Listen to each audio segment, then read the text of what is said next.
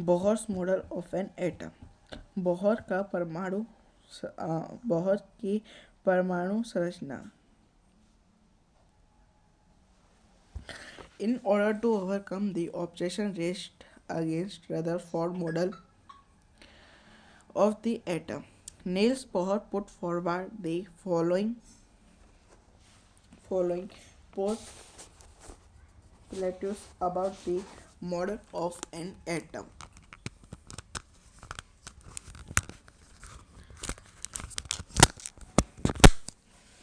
कि बोहर का पारमाणविक model Rutherford के मॉडल पर उठी आपत्तियों को दूर करने के लिए नील्स बोर ने परमाणु की संरचना के बारे में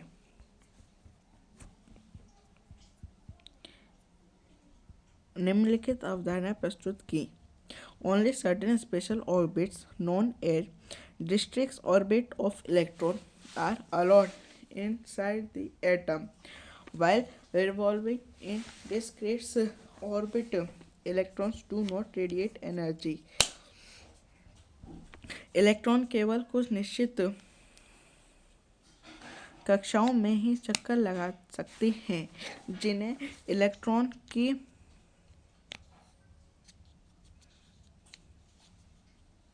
विविक्त कक्षा कहते हैं। जब इलेक्ट्रॉन इस विविक्त कक्षा में चक्कर लगाते हैं तो उनकी ऊर्जा यह नहीं होता है। Niels Bohr. अब जो हम पढ़ने जा रहे हैं वो है introduction of Niels Bohr. Niels Bohr 1885 to 1962 was born in Copenhagen on 7 October 1885. He was appointed professor of physics at Copenhagen University in 1916. He got the Nobel Prize for his work on the structure of atom in 1922. Among Professor Bohr's memoirs written, three appearing as books are This Theory of Spectra and Atomic Constitution, Atomic Theory, and third, The Description of Nature. Niels Bohr 1885 से 1962 का जन्म 7 अक्टूबर 1885 को Copenhagen में हुआ था। 1916 में Copenhagen विश्वविद्यालय में उनको भौतिक शास्त्र का प्रोफेसर नियुक्त किया गया। 1922 में उनको परमाणु की संरचना पर अपने योगदान के लिए नोबेल पुरस्कार मिला। प्रोफेसर बोर के विविध लेखों पर आधारित 3 पुस्तकें प्रकाशित हुईं। The theory of spectra and atomic constitution, atomic theory और the description of nature. The orbits और shell are called energy level. Energy level in an atom are shown in figure 4.3.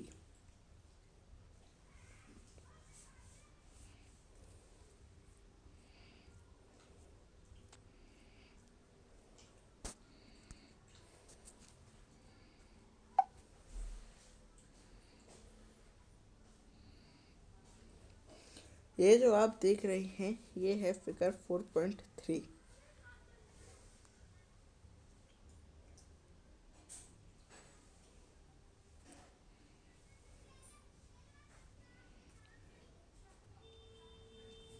अब इसमें ये शेल्स है कि ये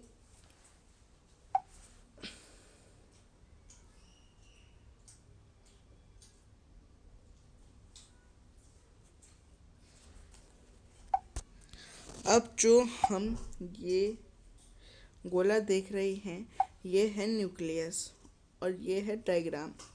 अब जो ये सेल्स जा रही हैं ये है के शेल। ये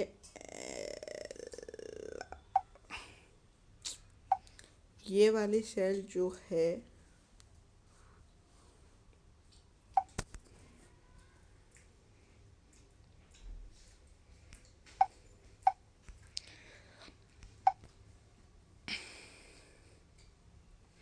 देखिए, ये है के शेल। फिर उसके बाद आती है एल सेल, उसके बाद एम सेल, उसके बाद के सेल। अब और ये है आपका nucleus. A few energy levels in an atom. These orbits or cells are represented by the letters K, L, M, N or the numbers N 1, 2, 3, 4.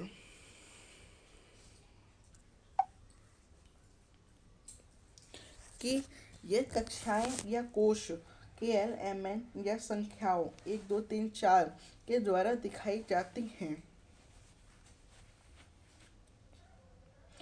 अब हम बात करते हैं न्यूट्रॉन्स की। इन 1932 जे Chadwick discovered another subatomic particles which had no charge and a mass nearly equal to that of a proton. It was eventually named as neutron. Neutrons are eventually named as neutron. Neutrons are present in the nucleus of all atoms except hydrogen. In general, a neutron is represented as n. The mass of an atom is therefore given by the sum of masses of protons and neutrons present in the nucleus. 1932 में जे Chadwick ने एक और अब परमाणु कण को खोज निकाला जो अनावेशित और द्रव्यमान में प्रोटॉन के बराबर था। अंततः इसका नाम न्यूट्रॉन पड़ा। हाइड्रोजन को छोड़कर ये सभी परमाणु के नाभिक होतना में होते हैं। सामान्यतः न्यूट्रॉन को n से दर्शाया जाता है।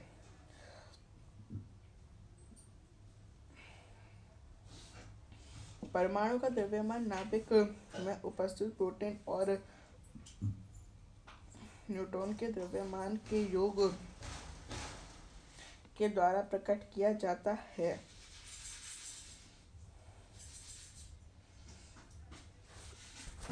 अब देखिए,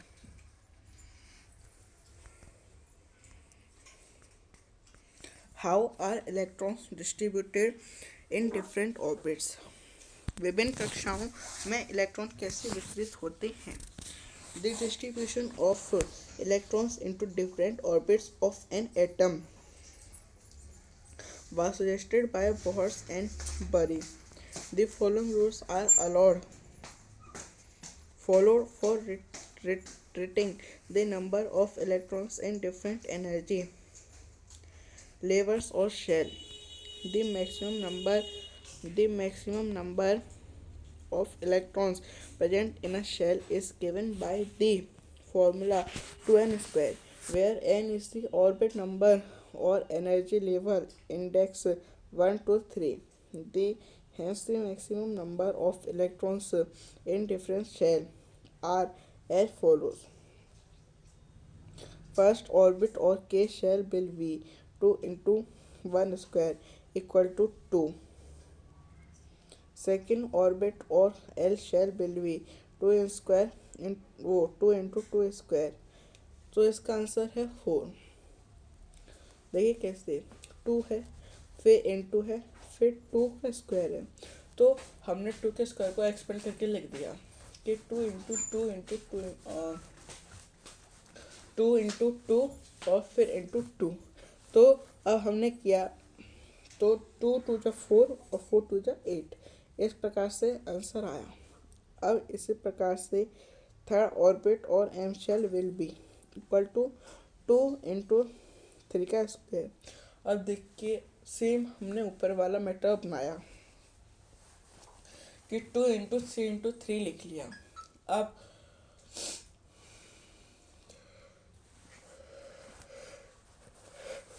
3 स्क्वायर को एक्सपेंड करके लिख लिया हमने 3 × 3। अब हम इसको करते हैं सॉल्व कि 2 × 3 × 3, तो 3 3 जा 9, तो फिर हमने लिख लिया 2 × 9 = 18।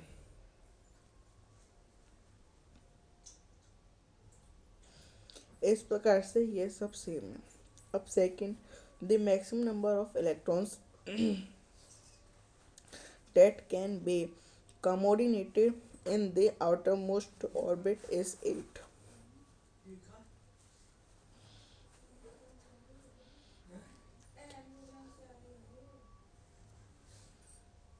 Electrons are not accommodated in a given shell unless the inner cell are filled. That is, the shells are filled in a stepwise manner. Atomic structure of the first 18 elements in schematically in figure 4.4. विभिन्न कक्षाओं में electron वितरित होते हैं। परमाणु के विभिन्न कक्षाओं में इलेक्ट्रॉन के वितरण के लिए बोर और बरी ने कुछ नियम प्रस्तुत किए। बोर-बेरी स्कीम के नाम से जाना जाता है। इन नियमों के अनुसार किसी कक्षा में उपस्थित अधिकतम इलेक्ट्रॉन की संख्या को सूत्र 2n² से दर्शाया जाता है, जहां n कक्षा की संख्या या ऊर्जा का स्तर है।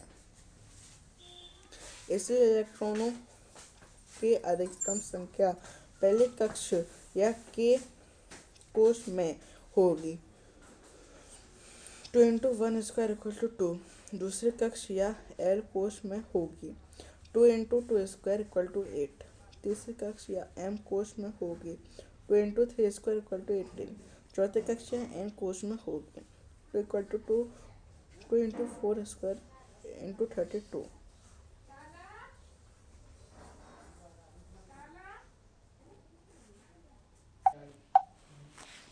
कि अब हम जो पढ़ने जा रहे हैं वो है वैलेंसेस।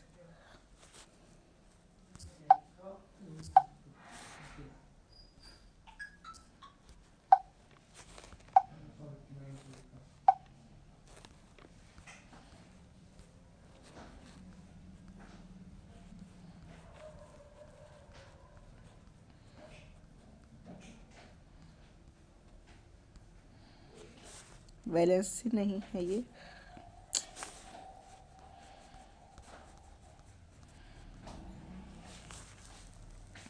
ये सेल्स है।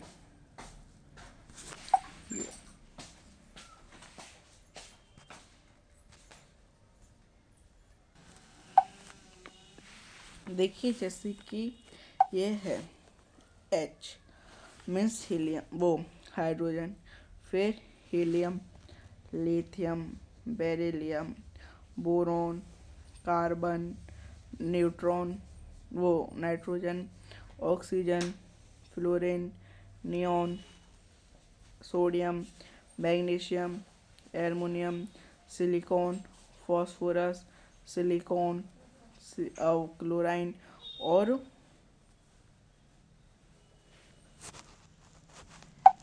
आर्गन। अब जब ये हैं schematic atomic structure of first 18 elements means पहले 18 तत्वों का पारमाणविक संरचना का व्यवस्था चित्र, इनको बोलते हैं atomic structure.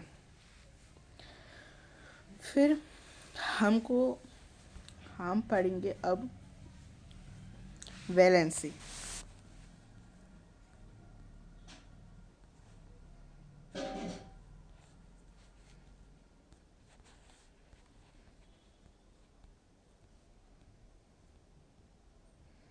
संयुक्तताएं। We have learnt how the electrons in atom are arranged in a different shells orbit. The electron present in the outermost shell of an atom are known as the valence electron. from the Bohr-Barry schemes. We also know that the outermost shell of an atom can accommodate a maximum of 8 electrons. It was observed that the atoms of elements completely filled with 8 electrons in the outermost shell show the little activity. In other words, their combining capacity or the valence is zero. Of this entire element, the helium atom has 2 electrons in its outermost shell, and all other elements have all atoms with 8 electrons in their outermost shell. हम पढ़ चुके हैं कि परमाणु की विभिन्न कक्षाओं या कोशों में इलेक्ट्रॉन किस प्रकार व्यवस्थित होते हैं। किसी परमाणु के सबसे बाहरी कक्षा में उपस्थित इलेक्ट्रॉनों की संयोजकता कहा जाता है। बोहर बड़े स्कीम से हम जानते हैं कि परमाणु बेहतम कक्षा अधिकतम 8 इलेक्ट्रॉन रख सकता है। यह देखा गया कि जन तत्व के परमाणु के बाह्यतम कक्षा पूर्व रूप से इलेक्ट्रॉन 8 से भरे होते हैं।